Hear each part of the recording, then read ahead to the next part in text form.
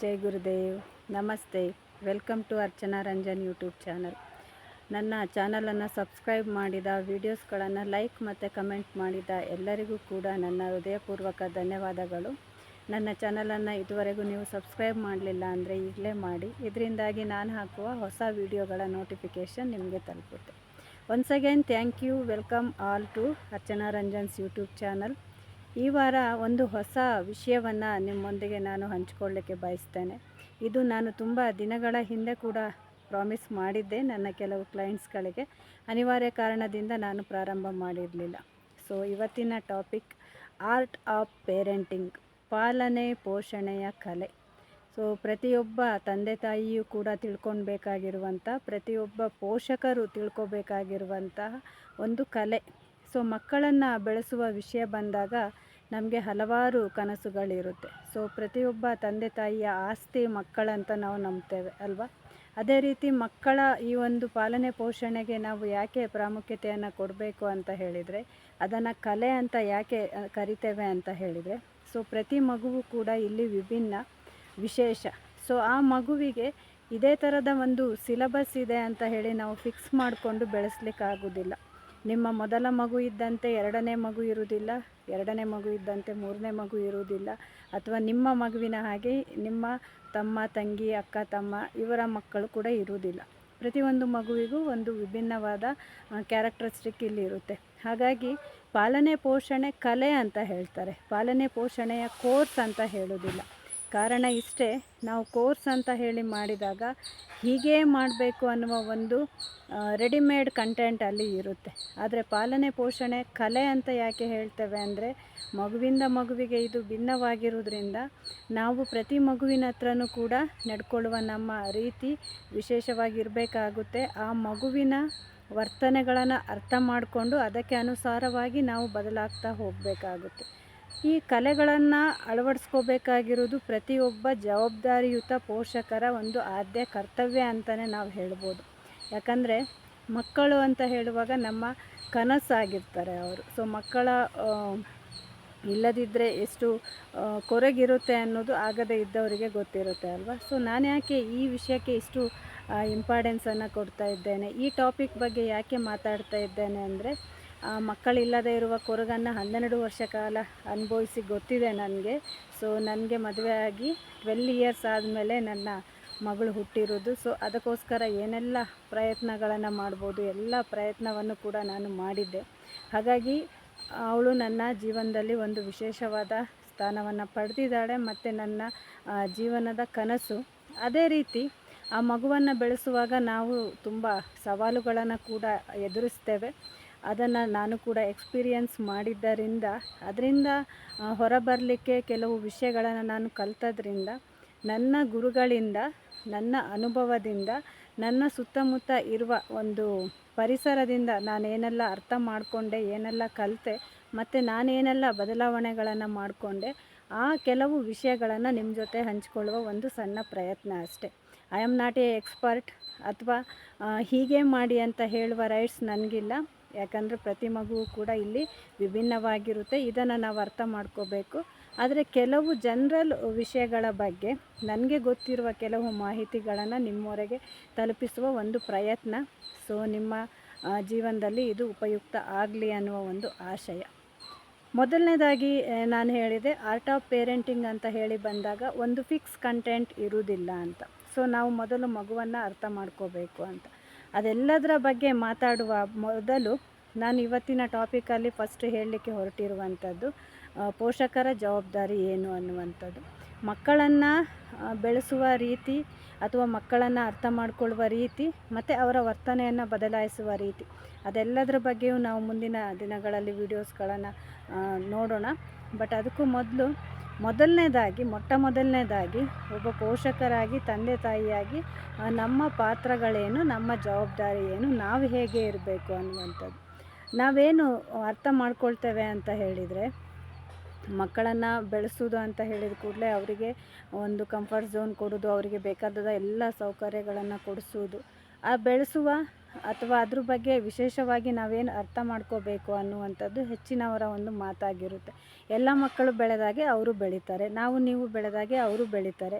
ನಮ್ಮ ತಂದೆ ತಾಯಿ ಯಾವುದಾದ್ರೂ ಕೋರ್ಸಿಗೆ ಹೋಗಿದ್ರಾ, ನಮ್ಮ ತಂದೆ ತಾಯಿ ಏನಾದರೂ ಕಲ್ತ್ಕೊಂಡಿದ್ದಾರಾ, ಅಥವಾ ಆರ್ಟ್ ಆಫ್ ಪೇರೆಂಟಿಂಗ್ ಅಂತ ಅವರೇನಾದರೂ ಅದನ್ನು ಸ್ಟಡಿ ಮಾಡಿದ್ದಾರಾ, ಮತ್ತು ನಮ್ಗೆ ಯಾಕೆ ಅಂತ ಕೂಡ ನಿಮಗೆ ಅನಿಸ್ಬೋದು. ಅದೇ ರೀತಿ ವಿಶೇಷವಾಗಿ ಹೇಳಲಿಕ್ಕೆ ಏನಿದೆ, ಸೊ ಇದು ಸಹಜ.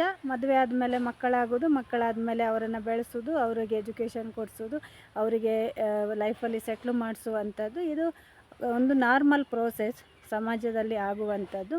ಸೊ ಅದು ಕಂಟಿನ್ಯೂ ಆಗ್ತಾ ಹೋಗುತ್ತೆ. ಸೊ ಈ ವಿಷಯಕ್ಕೆ ಅಷ್ಟು ಪ್ರಾಮುಖ್ಯತೆಯನ್ನು ಕೊಟ್ಟು ವಿಶೇಷವಾಗಿ ಅರ್ಥ ಮಾಡ್ಕೊಳ್ಳಿಕ್ಕೆ ಏನಿದೆ ಅಂತ ಕೂಡ ನಿಮಗೆ ಅನಿಸ್ಬೋದು. ಆದರೆ ನಾವು ಬೆಳೆದ ರೀತಿ, ಈ ಹಿಂದಿನ ನಮ್ಮ ಜನ್ರೇಷನನ್ನು ನೋಡುವಾಗ ನಾವು ಕಲಿತ ಶಿಕ್ಷಣ ಇರ್ಬೋದು, ನಮಗಿದ್ದ ವ್ಯವಸ್ಥೆಗಳಿರ್ಬೋದು, ನಮಗಿದ್ದ ಮೌಲ್ಯಗಳಿರ್ಬೋದು, ಅದು ಇವತ್ತಿಗೆ ಸಂಪೂರ್ಣ ಬದಲಾಗಿದೆ. ಸೊ ಈ ಬದಲಾದ ಕಾಲಮಾನದಲ್ಲಿ ಈ ಒಂದು ಹೊಸ ಕಮ್ಯುನಿಕೇಷನ್ ಎರಾ ಅಂತ ಹೇಳ್ತೇವೆ. ಸೊ ಅಡ್ವಾನ್ಸ್ಡ್ ಟೆಕ್ನಾಲಜಿ ಇರುವಂಥದ್ದು, ಪ್ರತಿಯೊಂದಕ್ಕೂ ನಾವು ಟೆಕ್ನಾಲಜಿಯನ್ನು ಬೇಸ್ ಆಗಿ ತಗೊಂಡು ಅದನ್ನು ಡಿಪೆಂಡ್ ಆಗಿರುವಾಗ ಇಲ್ಲಿ ನಾವು ಅಪ್ಡೇಟ್ ಆಗೋದು ತುಂಬ ಮುಖ್ಯ ಆಗುತ್ತೆ. ಪೇರೆಂಟ್ಸ್ ಆಗಿ ನಮ್ಮ ಜವಾಬ್ದಾರಿ ಇಲ್ಲಿ ಪ್ರಮುಖ ಪಾತ್ರವನ್ನು ವಹಿಸುತ್ತೆ. ಯಾಕಂದರೆ ಇವತ್ತಿನ ದಿನಗಳಲ್ಲಿ ಮುಖ್ಯವಾಗಿ ಕಂಡು ಬರ್ತಾ ಇರುವಂಥ ಸಮಸ್ಯೆ, ಅದು ಎಸ್ಪೆಷಲಿ ಆಫ್ಟರ್ ಕೋವಿಡ್ ನಾವು ನೋಡ್ತಾ ಇರುವಂಥದ್ದು ಮಕ್ಕಳ ಒಂದು mobile addiction, mobile game addiction ಮತ್ತು ಮೊಬೈಲ್ ಅಡಿಕ್ಷನ್. ಸೊ ಅದರಿಂದಾಗಿ ಬೇರೆ ಬೇರೆ ರೀತಿಯ ತೊಂದರೆಗಳಿಗೆ ಒಳಗಾಗ್ತಾರೆ. ಮಕ್ಕಳ ಎಜುಕೇಷನಲ್ಲಿ, ಅವರ ಸ್ಟಡೀಸಲ್ಲಿ ಹಿಂದೆ ಬೀಳುವಂಥದ್ದು ಇರ್ಬೋದು, ಅಥವಾ ಕಾನ್ಸಂಟ್ರೇಷನ್ ಇಲ್ಲದೆ ಇರ್ಬೋದು. So physical and mental health issues ಕೂಡ ಸ್ಟಾರ್ಟ್ ಆಗುತ್ತೆ. ಇದೆಲ್ಲದೂ ಕೂಡ ನಿಧಾನವಾಗಿ ತನ್ನ ಕಬಂಧ ಬಾಹುಗಳನ್ನು ಚಾಚ್ತಾ ಇದೆ. ನಮಗೆ ಅದು ಅರ್ಥ ಆಗೋದ್ರಲ್ಲಿ ಕಾಲ ಮಿಂಚಿ ಹೋಗಿರುವ ಸಾಧ್ಯತೆ ತುಂಬ ಇದೆ. ಏನು ಮಾಡಲಿಕ್ಕಾಗುತ್ತೆ ಮೇಡಮ್, ಅವ್ರು ನೋಡ್ತಾರೆ, ನಮಗೆ ಬಿಡಿಸ್ಲಿಕ್ಕೆ ಆಗೋದಿಲ್ಲ, ನಾವು ಇದ್ದೇವೆ, ಯಾವ ಮನೆಯ ಮಕ್ಕಳಿದ್ದಾರೆ ಅಂತ ಹೇಳ್ತಾರೆ. ಸೊ ಇದಕ್ಕೊಂದು ಮಾತು ನೆನಪಾಗುತ್ತೆ. ಗೌತಮ ಬುದ್ಧನ ಕಥೆಯನ್ನು ಹೇಳುವಾಗ ಹೇಳ್ತಾರಲ್ವ, ಒಂದು ತನ್ನ ಸತ್ತು ಹೋದ ಮಗುವನ್ನು ಬದುಕಿಸು ಅಂತ ಹೇಳಿ ಗೌತಮಿ ಬುದ್ಧನ ಹತ್ರ ಬಂದಾಗ, ಸೊ ಬುದ್ಧ ಹೇಳ್ತಾರೆ, ಸಾವಿಲ್ಲದ ಮನೆಯ ಸಾಸಿವೆ ತಗೊಂಡು ಬಾ ಅಂತ. ಸೊ ಇವತ್ತಿನ ಒಂದು ಜಾಯಮಾನ ಕೂಡ ಹಾಗೆ ಆಗಿದೆ. ಮೊಬೈಲ್ ನೋಡದೇ ಇರುವ ಮಗು ಇದ್ದರೆ ಹುಡ್ಕೊಂಡು ಬನ್ನಿ ಅಂತ ನಾವು ಬೇಕಿದ್ರೆ ಟಾಸ್ಕನ್ನು ಕೊಡ್ಬೋದು. ಸೊ ಅಂತಹ ಮಗು ಎಲ್ಲೂ ಸಿಕ್ಕುವುದಿಲ್ಲ. ಆ್ಯಂಡ್ ನಾವು ಕೂಡ ಇದನ್ನು ತುಂಬ ಸಹಜ ಅನ್ನುವ ರೀತಿ ಒಪ್ಕೊಳ್ತಾ ಇದ್ದೇವೆ. ಅದಕ್ಕೆ ಕಾರಣ ನಾವೇ ಆಗಿದ್ದೇವೆ ಅಲ್ವಾ. ಸೊ ಹಾಗಿರುವಾಗ ಈ ಎಲ್ಲ ರೀತಿಯಲ್ಲಿ ಮಕ್ಕಳ ಒಂದು ಲೈಫನ್ನು ನಾವೇ ಹಾಳು ಮಾಡ್ತಾ ಇದ್ದೇವೆ ಅಂತಲೇ ಹೇಳ್ಬೋದು. ಸೊ ನಾನೇನು ನಂಬ್ತೇನೆ ಅಂತ ಹೇಳಿದರೆ, ನಾಳೆ ನಮ್ಮ ಮಕ್ಕಳ ಜೀವನ ಹಾಳಾದರೆ, ನಮ್ಮ ಮಕ್ಕಳು ಭವಿಷ್ಯದಲ್ಲಿ ಅಭಿವೃದ್ಧಿ ಆಗದೇ ಇದ್ದರೆ, ಅವರು ಯಶಸ್ಸನ್ನು ಕಾಣಲೇ ಇಲ್ಲ ಅಂದರೆ, ಅಥವಾ ಅವರೊಂದು ಸಂತೃಪ್ತ ಸುಖಿ ಜೀವನವನ್ನು ನಡೆಸಲಿಕ್ಕೆ ಸಾಧ್ಯ ಆಗಲಿಲ್ಲ ಅಂದರೆ, ಅದಕ್ಕೆ ಅವರು ವಿಫಲರಾಗಲಿಕ್ಕೆ ನಾವೇ ಕಾರಣ. ಸೊ ಪೋಷಕರಾಗಿ ನಾವೇನನ್ನು ಕಲಿಸ್ಬೇಕಿತ್ತು, ನಾವೇನನ್ನು ಮಾಡಬೇಕಿತ್ತು, ಅದನ್ನು ನಾವು ಮಾಡದೇ ಇರೋದ್ರಿಂದ ಅವರು ಮುಂದಿನ ದಿನಗಳಲ್ಲಿ ಜೀವನದಲ್ಲಿ ಫೇಲ್ಯೂರ್ ಆಗ್ತಾರೆ ಅಂತ. ಹಾಗಾಗಿ ಇದು ತುಂಬ ಪ್ರಮುಖವಾದ ವಿಷಯ, ಮತ್ತು ನಾವು ಅದನ್ನು ಅರ್ಥ ಮಾಡ್ಕೋಬೇಕು. ಮೊದಲನೇದಾಗಿ ಪೇರೆಂಟ್ಸ್ ಆಗಬೇಕು ಅಂತ ಹೇಳುವಾಗ, ಪೇರೆಂಟಿಂಗ್ ಕ್ಲಾಸಲ್ಲಿ ಮೊದಲನೇದಾಗಿ ಹೇಳ್ತಾರೆ, ನೀವು ರೆಡಿ ಇದ್ದೀರಾ ಅಂತ ನೋಡಿ ಅಂತ. ಈ ಪ್ರಶ್ನೆ ನಿಮಗೆ ತುಂಬ ಅಸಹಜ ಅನ್ನಿಸ್ಬೋದು, ಆದರೆ ಇದು ತುಂಬ ವಿಶೇಷವಾಗಿರುವಂಥ ಒಂದು ಪ್ರಶ್ನೆ, ಮತ್ತು ಇದು ಅವಶ್ಯಕತೆ ಇರುವಂಥದ್ದೇ. ಯಾಕಂದರೆ ಮಗುವನ್ನು ಹುಟ್ಟಿಸಿದರೆ ಸಾಕಾಗುವುದಿಲ್ಲ, ಅದನ್ನು ಪಾಲನೆ ಪೋಷಣೆ ಮಾಡುವಾಗ ಮಗುವನ್ನು ಅರ್ಥ ಮಾಡಿಕೊಳ್ಳುವಂಥದ್ದು ಮತ್ತು ಸರಿಯಾದ ರೀತಿಯಲ್ಲಿ ಬೆಳೆಸುವಂಥದ್ದು ತುಂಬ ಮುಖ್ಯ. ಸೊ ಮಕ್ಕಳು ನಮ್ಮ ಆಸ್ತಿ ಅಂತ ನಾನು ಹೇಳಿದೆ. ಆ ಆಸ್ತಿಯನ್ನು ಸರಿಯಾದ ರೀತಿಯಲ್ಲಿ ಪೋಷಣೆ ಮಾಡಿ ಒಂದು ಸಮೃದ್ಧ ತೋಟವನ್ನಾಗಿ ಮಾಡಿದರೆ, ನೀವು ನೆಮ್ಮದಿಯ ಜೀವನವನ್ನು ಸಾಗಿಸಲಿಕ್ಕೆ ಬೇಕಾದ ಆ ಫಲ ಸಿಕ್ಕುತ್ತೆ. ನೀವೀಗ ಇಲ್ಲಿ ನೋಡ್ತಾ ಇದ್ದೀರಾ, ತೋಟ ಕಾಣ್ತಾ ಇದೆ ಅಲ್ವಾ. ಸೊ ಇದು ಈ ಮಟ್ಟಕ್ಕೆ ಬೆಳಿಬೇಕು ಅಂದರೆ, ಆ ತೋಟದ ವ್ಯಕ್ತಿ, ಆ ತೋಟದ ಯಜಮಾನ ಆ ಶ್ರಮ, ಸಮಯ, ಸರಿಯಾದ ಗೊಬ್ಬರ, ನೀರು ಕೊಟ್ಟಾಗ ಮಾತ್ರ ಅದು ಸಮೃದ್ಧವಾದ ತೋಟವಾಗುತ್ತೆ. ಅದರಿಂದ ಸಿಗುವ ಫಲದಿಂದ ಅವರ ಜೀವನ ಕೂಡ ಉತ್ತಮವಾಗುತ್ತೆ. ಸೊ ಇದೇ ರೀತಿ ಮಕ್ಕಳನ್ನು ಬೆಳೆಸುವಾಗ ಅವರಿಗೆ ಸರಿಯಾದ ಸಂಸ್ಕಾರಗಳನ್ನು ಕೊಡುವಂಥದ್ದು, ಶಿಸ್ತನ್ನು ಕಲಿಸುವಂಥದ್ದು, ಮೌಲ್ಯವನ್ನು ಕೊಡುವಂಥದ್ದು, ನಂತರ ಎಜುಕೇಷನ್. ಆದರೆ ನಾವೇನು ಮಾಡ್ತಾ ಇದ್ದೇವೆ, ಮೊದಲು ಎಜುಕೇಷನ್, ಉಳಿದದ್ದೆಲ್ಲ ಅದ್ರ ಜೊತೆಗೆ ಬರುತ್ತೆ ಅಂದ್ಕೊಳ್ತೇವೆ, ಆದರೆ ಹಾಗೆ ಆಗ್ತಾಯಿಲ್ಲ. ಸೊ ನಾವು ರೆಡಿ ಇದ್ದೇವಾ ಅಂತ ಹೇಳಿದರೆ, ಆ ಮಗುವ ಜವಾಬ್ದಾರಿಯನ್ನು ತಗೊಳ್ಳಿಕ್ಕೆ, ಆ ಮಗುವನ್ನು ಸರಿಯಾದ ರೀತಿಯಲ್ಲಿ ಬೆಳೆಸಲಿಕ್ಕೆ ಬೇಕಾದ ಒಂದು ಸಾಮಾನ್ಯ ಮಾಹಿತಿಗಳು, ಸಾಮಾನ್ಯ ಜ್ಞಾನ ತಂದೆ ತಾಯಿಯರಾದ ನಮ್ಮಲ್ಲಿ ಇರಬೇಕು. ಅದು ನಮ್ಮಲ್ಲಿ ಇದೆಯಾ ಅಂತ ಹೇಳಿ ನಾವು ಮೊದಲು ನೋಡ್ಕೋಬೇಕು. ಅದಕ್ಕೊಂದು ಅರ್ಹತೆ ನಮಗೆ ಇರಬೇಕು.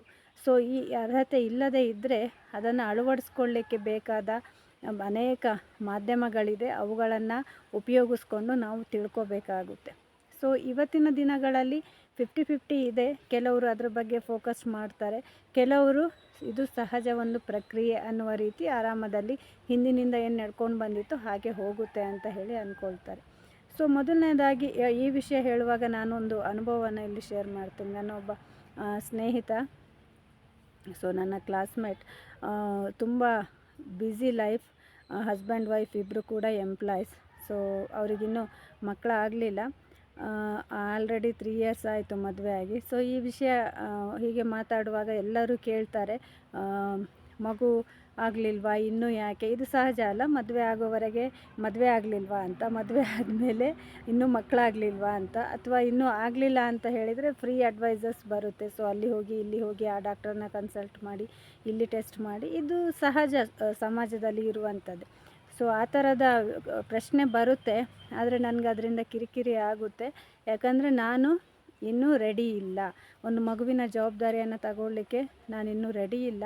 ಹಾಗಾಗಿ ನಾನು ಪೇರೆಂಟಿಂಗ್ ಬಗ್ಗೆ ಇನ್ನೂ ಪ್ಲ್ಯಾನ್ ಮಾಡಲಿಲ್ಲ. ಸೊ ನಮಗೆ ಮಗು ಬೇಕು ಅನ್ನೋದ್ರ ಬಗ್ಗೆ ನಾನಿನ್ನೂ ರೆಡಿ ಆಗಲಿಲ್ಲ ಅಂದು. ಸೊ ಈ ಮಾತನ್ನು ಕೇಳುವಾಗ ಕೆಲವರಿಗೆ ಅಸಹಜ ಅನಿಸುತ್ತೆ. ಒಂದು ಆಯಾಮದಿಂದ ನೋಡುವಾಗ ರೆಡಿ ಆಗಲಿಕ್ಕೆ ಏನಿದೆ, ಇದು ನಾರ್ಮಲ್ ಪ್ರೋಸೆಸ್ಸು ಲೈಫಲ್ಲಿ ಪ್ರತಿಯೊಬ್ಬರದ್ದು, ಅಥವಾ ಅದರಲ್ಲೇನು ವಿಶೇಷ ಇದೆ ಅಂತ.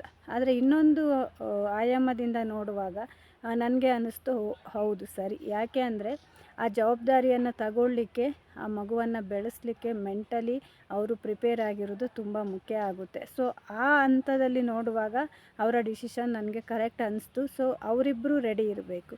ಪೇರೆಂಟ್ಸ್, ಅಪ್ಪ ಅಮ್ಮ ಇಬ್ಬರು ಕೂಡ ಆ ಮಗುವನ್ನು ಒಂದು ಪಡಿಬೇಕು ಅಂತ ಹೇಳಿದರೆ, ಆ ಫಸ್ಟ್ ಕನ್ಸೆಪ್ಷನ್ನಿಂದ ಹಿಡಿದು ನೆಕ್ಸ್ಟ್ ಮಗುವನ್ನು ಒಂದು ದೊಡ್ಡ ವ್ಯಕ್ತಿಯನ್ನಾಗಿ ಸಮಾಜದಲ್ಲಿ ತಂದು ನಿಲ್ಲಿಸುವವರೆಗಿನ ಕಮಿಟ್ಮೆಂಟಿಗೆ ರೆಡಿ ಇರಬೇಕು ಅಂತ. ಸೊ ಇದಕ್ಕೆ ಫಸ್ಟು ನಾವು ರೆಡಿ ಆಗಬೇಕು ಅಂತ ಹೇಳ್ತಾರೆ. ಈ ವಿಷಯದ ಬಗ್ಗೆ ನಾವು ಎಷ್ಟು ಯೋಚನೆ ಮಾಡ್ತಾ ಇದ್ದೇವೆ? ಖಂಡಿತವಾಗಿಯೂ ಇಲ್ಲ.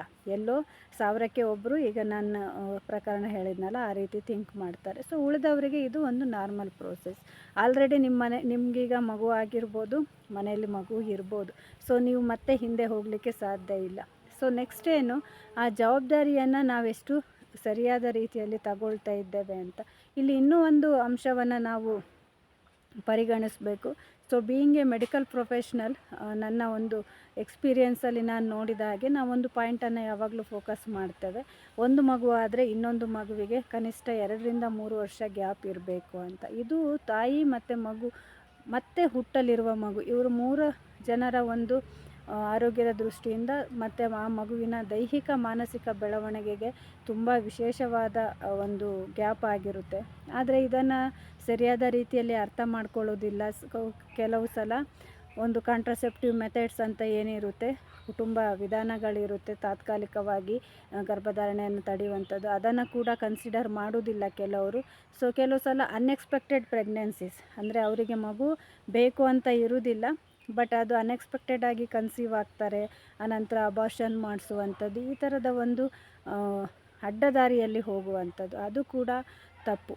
ಯಾಕಂದರೆ ನಾವೊಂದು ಗರ್ಭ ಅಲ್ಲಿ ಧಾರಣೆ ಆಗ್ತಾ ಇದೆ ಅಂದರೆ ಒಂದು ಆತ್ಮ ಈ ಭೂಮಿಗೆ ಬರ್ತಾ ಇದೆ, ನಿಮ್ಮನ್ನು ತಂದೆ ತಾಯಿಯಾಗಿ ಆಯ್ಕೆ ಮಾಡಿಕೊಂಡು ನಿಮ್ಮ ಮುಖಾಂತರ ಈ ಭೂಮಿ ಮೇಲೆ ಜನಿಸಿ ಇಲ್ಲಿ ಅನುಭವಗಳನ್ನು ತಗೊಳ್ಳಿಕ್ಕೆ ಆತ್ಮ ಬರ್ತಾ ಇದೆ ಅನ್ನುವಾಗ ಅದನ್ನು ಅಡ್ಡಪಡಿಸ್ಲಿಕ್ಕೆ, ಕನ್ಸೆಪ್ಷನ್ ಆದಮೇಲೆ ಆ ಆತ್ಮವನ್ನು ಅಬಾರ್ಟ್ ಮಾಡಿ ವಾಪಸ್ ಕಳಿಸುವ ರೈಟ್ಸ್ ನಮಗೆ ಇರುವುದಿಲ್ಲ. ಸೊ ಸ್ಪಿರಿಚುವಲ್ ವೇಯಲ್ಲಿ ನೋಡುವಾಗ ಆದರೆ ಅದನ್ನು ಕೆಲವರು ಮಾಡ್ತಾರೆ. ಜೊತೆಗೆ ಅದರಿಂದಾಗಿ ಆ ಸ್ಪಿರಿಚುವಲ್ ವೇಯಲ್ಲಿ ನೀವು ಥಿಂಕ್ ಮಾಡದೇ ಇದ್ದರೂ ಇದು ನಿಮ್ಮ ಆರೋಗ್ಯದ ಮೇಲೆ ತುಂಬ ದುಷ್ಪರಿಣಾಮವನ್ನು ಬೀರುತ್ತೆ. ಸೊ ಬ್ಲೀಡಿಂಗ್ ಆಗ್ಬೋದು, ಅನಿಮಿಕ್ ಆಗ್ಬೋದು, ಅಥವಾ ಕನ್ಸೆಪ್ಷನನ್ನು ಕಂಟಿನ್ಯೂ ಮಾಡಿದರೆ ಮೊದಲಿದ್ದ ಮಗುವಿಗೂ ಕೂಡ ಸರಿಯಾದ ರೀತಿಯಲ್ಲಿ ಆರೈಕೆಯನ್ನು ಕೊಡಲಿಕ್ಕೆ ಆಗೋದಿಲ್ಲ, ಜೊತೆಗೆ ಗರ್ಭದಲ್ಲಿರುವ ಮಗುವು ಕೂಡ ಸರಿಯಾಗಿ ಬೆಳವಣಿಗೆ ಆಗೋದಿಲ್ಲ. ಈ ಎಲ್ಲ ದೃಷ್ಟಿಯಿಂದ ಗ್ಯಾಪ್ ಕೂಡ ತುಂಬ ಇಂಪಾರ್ಟೆಂಟ್ ಆಗುತ್ತೆ. ಸೊ 2ನೇ ಮಗುವಿನ ಬಗ್ಗೆ ಯೋಚನೆ ಮಾಡುವಾಗ ಈ ಅಂಶಗಳನ್ನು ನಾವು ಗಮನದಲ್ಲಿ ಇಟ್ಕೋಬೇಕು. ಜೊತೆಗೆ ಜವಾಬ್ದಾರಿಯನ್ನು ತೆಗೆದುಕೊಳ್ಳೋದು ಅಂತ ಹೇಳುವಾಗ ಮೊದಲನೇದಾಗಿ ಗರ್ಭಧಾರಣೆಗೆ ರೆಡಿಯಾದ ಅಥವಾ ಗರ್ಭಧರಿಸಿದ ಮಹಿಳೆಯ ಬಗ್ಗೆ ನಾವು ಯೋಚನೆ ಮಾಡಬೇಕಾಗುತ್ತೆ. ಸೊ ಅವರ ದೈಹಿಕ ಮತ್ತು ಮಾನಸಿಕ ಆರೋಗ್ಯ ತುಂಬ ಮುಖ್ಯ. ಈ ವಿಷಯದಲ್ಲಿ ನಮಗೆ ಅನೇಕ ಕಥೆಗಳಿದೆ. ಇದೆಲ್ಲದೂ ಕೂಡ ನಿಜವಾಗಿ ನಡೆದಿರುವಂಥದ್ದೇ. ಸೊ ಮಹಾಭಾರತದಲ್ಲಿರುವಂಥ ಅಭಿಮನ್ಯುವಿನ ಕಥೆ ಇರ್ಬೋದು, ಗರ್ಭದಲ್ಲಿರುವ ಮಗು ತಾಯಿಯ ಹೊರಗಿನ ಪ್ರಪಂಚದಲ್ಲಿ ಆಗುವ ಎಲ್ಲವನ್ನು ಕೂಡ ಗ್ರಹಿಸುತ್ತೆ. ಸೊ ತಾಯಿಯ ಗರ್ಭದಲ್ಲಿ ಇದ್ದಾಗಲೇ ಅದೆಲ್ಲವನ್ನು ತಿಳಿದುಕೊಳ್ಳುವ ಒಂದು ವಿಶೇಷವಾದ ಶಕ್ತಿ ಆ ಮಗುವಿಗೆ ಇರುತ್ತೆ ಅನ್ನೋದು ನಮಗೆ ಹಿಂದಿನಿಂದನೂ ಗೊತ್ತು, ನಮ್ಮ ಪರಂಪರೆಯಿಂದ ಗೊತ್ತು. ಆದರೆ ಮಾಡ್ರನ್ ಸೈನ್ಸ್ ಕೂಡ ಅದನ್ನು ಹೌದು ಅಂತ ಹೇಳಿ, ಸೊ ನಾವು ಪ್ರತಿಯೊಂದಕ್ಕೂ ವೈಜ್ಞಾನಿಕವಾಗಿ ನೋಡ್ತೇವೆ ಅಥವಾ ನಮಗೆ ಪ್ರೂಫ್ ಬೇಕು. ಇದು ನಾವು ತುಂಬ ಎಜುಕೇಟೆಡ್ ಅಥವಾ ನಾವು ತುಂಬ ಮುಂದುವರೆದವರು ಅನ್ನುವವರ ವಾದ ಆಗಿರುತ್ತೆ ಅಲ್ವಾ. ಈ ಹಂತದಲ್ಲೂ ಕೂಡ ರಿಸರ್ಚ್ಗಳಿಂದ ಪ್ರೂವ್ ಆಗಿದೆ. ಸೊ ಗರ್ಭದ ಒಳಗಡೆ ಇರುವ ಮಗು ನಿಮ್ಮ ಹೊರಗಿನ ಶಬ್ದಗಳಿಗೆ ಸ್ಪಂದಿಸುತ್ತೆ ಅನ್ನೋದು. ಸೊ ಈ ಎಕ್ಸ್ಪೆರಿಮೆಂಟನ್ನು ನಾನು ಕೂಡ ಮಾಡಿದ್ದೇನೆ. ಸೊ ನನ್ನ ಪ್ರೆಗ್ನೆನ್ಸಿಯಲ್ಲಿ ಅಲ್ಲ, ನನಗೆ ಆವಾಗ ಈ ಕೋರ್ಸ್ ನಾನು ಮಾಡಿರಲಿಲ್ಲ. ಬಟ್ ನನ್ನ ರಿಲೇಟಿವ್ಸ್ ಆ್ಯಂಡ್ ನನ್ನ ಸಿಸ್ಟರ್ ಇನ್ ಲಾ, ಸೊ ಗರ್ಭದಲ್ಲಿರುವ ಮಗುವಿನ ಜೊತೆ ಕಮ್ಯುನಿಕೇಟ್ ಮಾಡುವಂಥದ್ದು, ಆ ಮಗು ರೆಸ್ಪಾಂಡ್ ಮಾಡುವಂಥದ್ದು. ಸೊ ಈ ಪ್ರಕ್ರಿಯೆ ಎಷ್ಟರ ಮಟ್ಟಿಗೆ ಹೆಲ್ಪ್ ಆಗಿದೆ ಅಂತ ಹೇಳಿದರೆ, ಮಗುವಿನ ಪೊಸಿಷನ್ ಕೂಡ ಚೇಂಜ್ ಮಾಡಲಿಕ್ಕೆ ನಮಗೆ ಸಾಧ್ಯ ಆಯಿತು. ಅಂದರೆ ಮಗುವಿನ ಕಾಲು ಕೆಳಗಾಗಿ ಇರುತ್ತೆ ಅಲ್ವಾ, ಅಂಥ ಟೈಮಲ್ಲಿ ಸಿಸೇರಿಯನ್ ಮಾಡಬೇಕಂತ ಡಾಕ್ಟ್ರ್ ಹೇಳ್ತಾರೆ. ಟರ್ಮ್ ಆಗ್ತಾ ಬರುವಾಗ 8 ಮಂತ್ 9 ಮಂತಲ್ಲಿ ಎಲ್ಲ. ಸೊ ಅಂಥ ಟೈಮಲ್ಲಿ ಮಗುವಿನ ಜೊತೆ ಫೀಟಲ್ ಕಮ್ಯುನಿಕೇಷನ್ ಅನ್ನುವ ಒಂದು ವಿಶೇಷವಾದ ವಿದ್ಯೆಯನ್ನು ಉಪಯೋಗಿಸ್ಕೊಂಡು ಗರ್ಭದೊಳಗಿರುವ ಮಗುವಿನ ಜೊತೆ ಮಾತನಾಡಿ ನಾವು ಅದನ್ನು ಬದಲಾಯಿಸಲಿಕ್ಕೆ ಸಾಧ್ಯ. ಸೊ ಈ ರೀತಿಯ ಎಲ್ಲ ಆರೋಗ್ಯಕ್ಕೆ ಬೇಕಾಗಿರುವಂತಹ ಕೆಲವು ಕ್ರಮಗಳನ್ನು ನಾವು ಅನುಸರಿಸಬೇಕಾಗುತ್ತೆ. ಹಾಗಾಗಿ ಗರ್ಭಾವಸ್ಥೆಯಲ್ಲಿ ಮಹಿಳೆಯ ಆರೋಗ್ಯ ತುಂಬ ಮುಖ್ಯ ಆಗುತ್ತೆ. ಸೊ ಈ ಆರೋಗ್ಯ ಮತ್ತು ನೀವು ವರ್ಕಿಂಗ್ ವುಮೆನ್ ಆಗಿದ್ದರೆ, ಸೊ ಹೆಚ್ಚಿನವರು ಇವಾಗ ಜೀವನ ಸಾಗಿಸ್ಲಿಕ್ಕೋಸ್ಕರ ಸೊ ಉದ್ಯೋಗವನ್ನು ನಾವು ಅವಲಂಬಿಸಿರ್ತೇವೆ. ಮಹಿಳೆಯರು ಕೂಡ ದುಡಿಯಲು ಹೋಗೋದು ಅನಿವಾರ್ಯ ಅನ್ನುವ ಪರಿಸ್ಥಿತಿ ಇದ್ದಾಗ, ಸೊ ಆ ಜವಾಬ್ದಾರಿಯನ್ನು ತೆಗೆದುಕೊಳ್ಳಲಿಕ್ಕೆ ತನ್ನ ಗರ್ಭದ ಒಂದು ಪಾಲನೆಯನ್ನು ಸರಿಯಾದ ರೀತಿಯಲ್ಲಿ ಮಾಡಲಿಕ್ಕೆ ತಾಯಿ ಯಾವಾಗಲೂ ರೆಡಿ ಇರಬೇಕಾಗುತ್ತೆ. ಸೊ ಅದಕ್ಕೋಸ್ಕರ ಒಂದು suitable environment, financial support, physical and mental support, emotional support ಫ್ಯಾಮಿಲಿಯಿಂದ ಬೇಕು. ಸೊ ಆ ಜವಾಬ್ದಾರಿಯನ್ನು ಸರಿಯಾದ ರೀತಿಯಲ್ಲಿ ನಿಭಾಯಿಸೋದು ಕೂಡ ತುಂಬ ಮುಖ್ಯ ಆಗುತ್ತೆ. ಜೊತೆಗೆ ಮಗುವಿನ ಜನನ ನಂತರ ಆ ಮಗುವನ್ನು ಪಾಲನೆ ಪೋಷಣೆ ಮಾಡುವಂಥದ್ದು. ಸೊ ನೆಕ್ಸ್ಟು ಆ ಮಗುವಿನ ಮೈಲ್ ಸ್ಟೋನ್ಸ್ಗಳನ್ನು ಅರ್ಥ ಮಾಡ್ಕೊಳ್ಳೋದು. ಈ ಎಲ್ಲ ಹಂತದಲ್ಲಿ ಕೂಡ ಹೊಸ ವಿಷಯಗಳನ್ನು ತಂದೆ ತಾಯಿ ಕಲಿಬೇಕಾಗುತ್ತೆ, ಅರ್ಥ ಮಾಡ್ಕೋಬೇಕಾಗುತ್ತೆ. ಆವಾಗ ಮಾತ್ರ ಸರಿಯಾದ ರೀತಿಯಲ್ಲಿ ಮಗುವನ್ನು ಬೆಳೆಸಲಿಕ್ಕೆ ಆಗುತ್ತೆ. ಸೊ ನೀವೀಗ ಹೇಳ್ಬೋದು, ಇದೆಲ್ಲ ತಿಳ್ಕೊಳ್ಳಿಲ್ಲ ಅಂದರೆ ನಮಗೇನು ಮಕ್ಕಳನ್ನು ಸಾಕ್ಲಿಕ್ಕೆ ಆಗೋದಿಲ್ವಾ ಅಂತ. ಆರಾಮದಲ್ಲಿ ಸಾಕ್ತೀರ, ಆದರೆ ಒಂದು ಉತ್ತಮವಾದ ಪ್ರಜೆಯನ್ನಾಗಿ ಮಾಡಲಿಕ್ಕೆ ಅಥವಾ ನಿಮ್ಮ ಕನಸನ್ನು ಉತ್ತಮವಾದ ಕನಸಾಗಿ ರೂಪಿಸಲಿಕ್ಕೆ ಬಹುಶಃ ಸಾಧ್ಯವಾಗದೇ ಇರ್ಬೋದು. ಹಾಗಾಗಿ ಈ ಎಲ್ಲ ವಿಷಯಗಳನ್ನು ತಿಳ್ಕೊಳ್ಳೋದು ತುಂಬ ಮುಖ್ಯ ಆಗುತ್ತೆ. ನಂತರ ಬರುವಂಥದ್ದು ಜವಾಬ್ದಾರಿ ಅಂತ ಹೇಳಿ ಬಂದಾಗ, ಮೊದಲನೇದಾಗಿ ಆ ಮಗುವಿನ ಮೈಲ್ ಸ್ಟೋನ್ಸನ್ನು ಅರ್ಥ ಮಾಡ್ಕೊಳ್ತಾ ಹೋಗೋದ್ರ ಜೊತೆಗೆ ನಾವು ಬದಲಾಗಬೇಕಾಗುತ್ತೆ.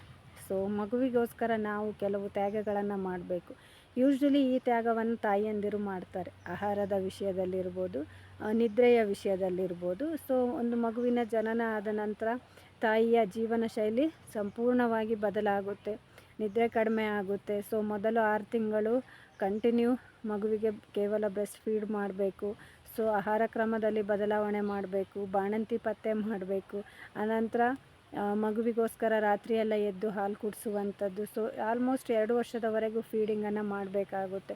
ಆ ಟೈಮಲ್ಲಿ 6 ತಿಂಗಳ ನಂತರ ಫುಡ್ಡನ್ನು ಕೊಡುವಾಗ ಕೂಡ ಅನೇಕ ಒಂದು ಎಚ್ಚರಗಳನ್ನು ವಹಿಸಬೇಕು. ಈ ರೀತಿ ಅನೇಕ ಜವಾಬ್ದಾರಿಗಳನ್ನು, ಇದೊಂದು ರೀಬರ್ತ್ ಅಂತ ಹೇಳ್ತಾರೆ. ಒಬ್ಬ ಮಹಿಳೆ ತಾಯಿಯಾಗುವ ಒಂದು ಸೌಭಾಗ್ಯ ಅಂತ ನಾವೇನು ಹೇಳ್ತೇವೆ, ಅದು ಎಲ್ಲರಿಗೂ ಸಿಕ್ಕುವುದಿಲ್ಲ. ಸೊ ಅದರ ಜೊತೆಗೆ ಅದನ್ನು ಪಡಿಲಿಕ್ಕೂ ಕೂಡ ಹಲವು ತ್ಯಾಗಗಳನ್ನು ಮಾಡಬೇಕು. ಆ ತ್ಯಾಗ ಪ್ರೆಗ್ನೆನ್ಸಿಯಿಂದನೇ ಸ್ಟಾರ್ಟ್ ಆಗಿರುತ್ತೆ.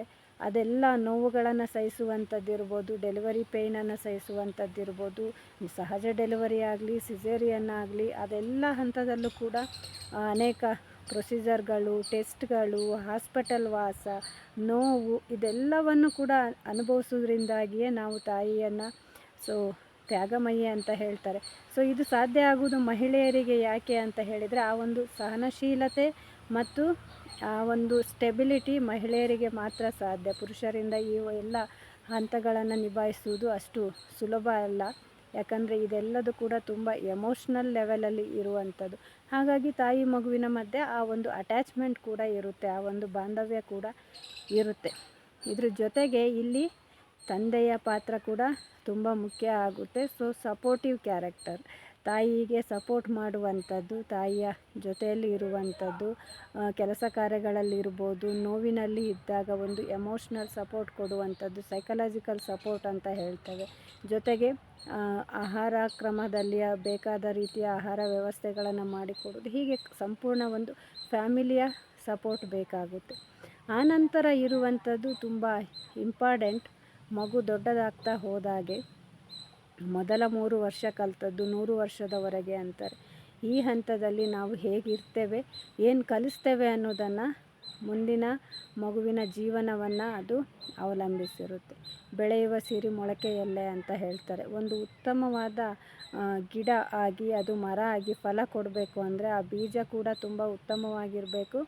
ಜೊತೆಗೆ ಅದಕ್ಕೆ ಸರಿಯಾದ ಗೊಬ್ಬರ ಮತ್ತು ನೀರು ಬೇಕು. ಹಾಗೆಯೇ ಒಂದು ಮಗು ಜೀವನದಲ್ಲಿ ಯಶಸ್ಸು ಆಗಬೇಕಂತ ಹೇಳಿದರೆ ಆ ಒಂದು ಫೌಂಡೇಶನ್, ಅಡಿಪಾಯ ಮನೆಯಲ್ಲಿ ಸಿಗುವಂಥದ್ದು ತುಂಬ ಮುಖ್ಯ. ಈ ಹಂತದಲ್ಲಿ ಜವಾಬ್ದಾರಿಯುತ ಪೋಷಕರಾಗಿ ನಾವು ಕೆಲವು ನಿಯಮಗಳನ್ನು ಪಾಲಿಸಬೇಕಾಗುತ್ತೆ, ಕೆಲವು ತಿದ್ದುಪಡಿಗಳನ್ನು ನಮ್ಮಲ್ಲಿ ನಾವು ಮಾಡ್ಕೋಬೇಕಾಗುತ್ತೆ. ಸೊ ಆ ವಿಷಯಗಳ ಬಗ್ಗೆ ಬಂದಾಗ ನಮ್ಮ ಜವಾಬ್ದಾರಿ ಏನು ಅಂದರೆ, ನಮ್ಮ ವರ್ತನೆಯನ್ನು ನಾವು ಮೊದಲು ಬದಲಾಯಿಸ್ಕೋಬೇಕಾಗುತ್ತೆ. ಒಬ್ಬ ಪೋಷಕರಾಗಿ ನಾವೇನು ಮಾಡ್ತಾ ಇದ್ದೇವೆ, ಮೊದಲನೇದಾಗಿ ಆ ಮಗುವಿನ ಫಸ್ಟು ಬರ್ತಾದ ನಂತರ ಆಹಾರ ಕ್ರಮದಲ್ಲಿ ತಾಯಂದಿರು ಒಂದು ಪೌಷ್ಟಿಕಾಂಶಯುಕ್ತ ಆಹಾರವನ್ನು ಕೊಡೋದು ತುಂಬ ಮುಖ್ಯ ಆಗುತ್ತೆ. ಯಾಕಂದರೆ ಆ ಹಂತದಲ್ಲಿ ಕೊಡುವ ಪೋಷಕಾಂಶಗಳು ಮಗುವಿನ ದೈಹಿಕ ಮತ್ತು ಮಾನಸಿಕ ಬೆಳವಣಿಗೆ ಎರಡಕ್ಕೂ ಕೂಡ ಬೇಕಾಗುವಂಥದ್ದನ್ನೇ ಕೊಡಬೇಕು. ಹಾಗಾಗಿ ಒಂದು ಹೆಲ್ದಿ ಹ್ಯಾಬಿಟನ್ನು ಅವರು ಅಳವಡಿಸ್ಕೋಬೇಕಾಗುತ್ತೆ. ನ್ಯೂಟ್ರಿಷಿಯನ್ಸ್ ಫುಡ್ ಬಗ್ಗೆ ಹೆಚ್ಚಿನ ಗಮನವನ್ನು ಕೊಡಬೇಕಾಗುತ್ತೆ. ನೆಕ್ಸ್ಟ್ ಇರುವಂಥದ್ದು ಮಗುವಿನ ಎದುರು ನಮ್ಮ ವರ್ತನೆ. ಸೊ ಆರ್ಟ್ ಆಫ್ ಪೇರೆಂಟಿಂಗ್ ಕ್ಲಾಸಲ್ಲಿ ಒಂದು ಮಾತು ಹೇಳ್ತಾರೆ, ನಿಮ್ಮ ಮಕ್ಕಳು ನಿಮ್ಮ ಮಾತನ್ನು ಕೇಳ್ತಿಲ್ಲ ಅಂತ ನೀವು ಟೆನ್ಷನ್ ಮಾಡ್ಕೋಬೇಡಿ, ನಿಮ್ಮ ಮಕ್ಕಳು ನಿಮ್ಮನ್ನು ನೋಡ್ತಿದ್ದಾರೆ ಅನ್ನೋ ಕಾರಣಕ್ಕೆ ನೀವು ಟೆನ್ಷನ್ ಮಾಡ್ಕೊಳ್ಳಿ ಅಂತ. ಎಷ್ಟು ಇಂಪಾರ್ಟೆಂಟ್ ಅಲ್ವಾ ಈ ಮಾತು.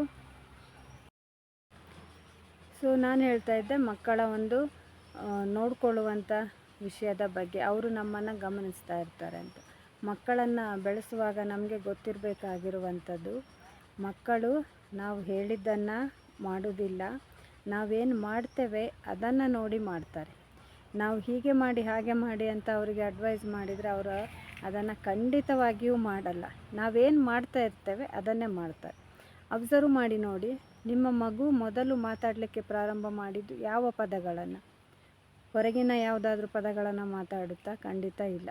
ನಾವು ಮನೆಯಲ್ಲಿ ಏನು ಪದ ಪ್ರಯೋಗ ಮಾಡ್ತೇವೆ, ಯಾವ ಶಬ್ದಗಳನ್ನು ಉಚ್ಚಾರ ಮಾಡ್ತೇವೆ, ಯಾವ ಭಾಷೆಯಲ್ಲಿ ಮಾತಾಡ್ತೇವೆ, ಅದೇ ಭಾಷೆಯನ್ನು ಮಗು ಮಾತಾಡುತ್ತೆ.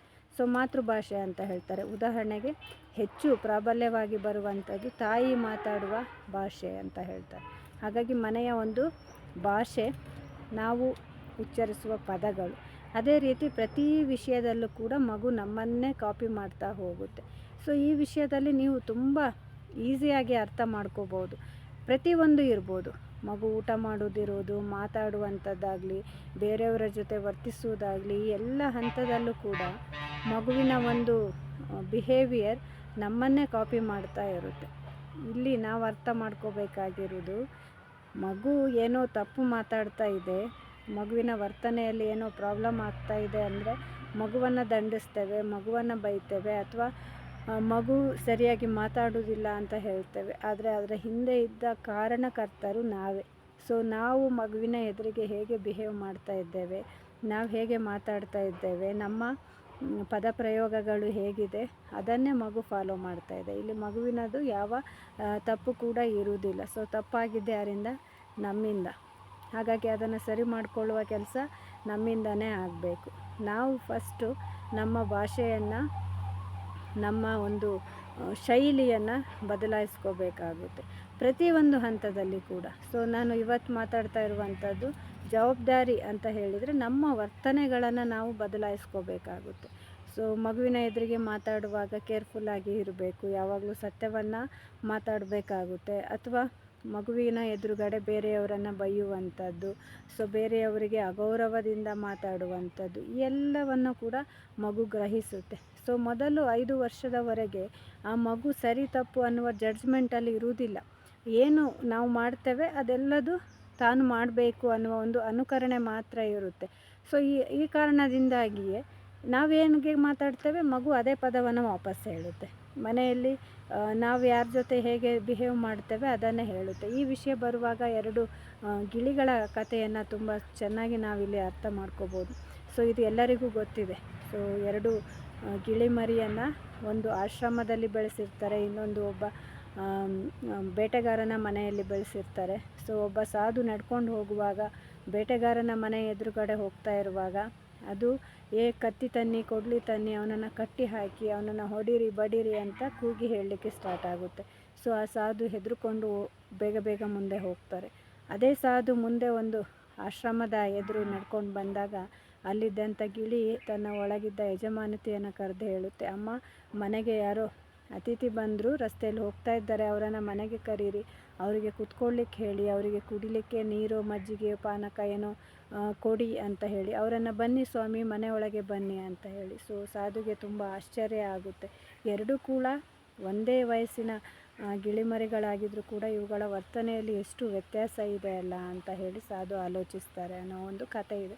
ಸೊ ಈ ಕಥೆಯ ಹಿಂದೆ ಇರುವ ತಾತ್ಪರ್ಯ ನಾವು ಮಕ್ಕಳನ್ನು ಹೇಗೆ ಬೆಳೆಸ್ತೇವೆ, ಯಾವ ರೀತಿ ಮಾತಾಡ್ತೇವೆ, ಮಕ್ಕಳ ಎದುರಿಗೆ ಯಾವ ಪದಗಳನ್ನು ಪ್ರಯೋಗ ಮಾಡ್ತೇವೆ ಅನ್ನೋದ್ರ ಮೇಲೆ ಅವರ ಒಂದು ಬಿಹೇವಿಯರ್ ಡಿಪೆಂಡ್ ಆಗಿರುತ್ತೆ.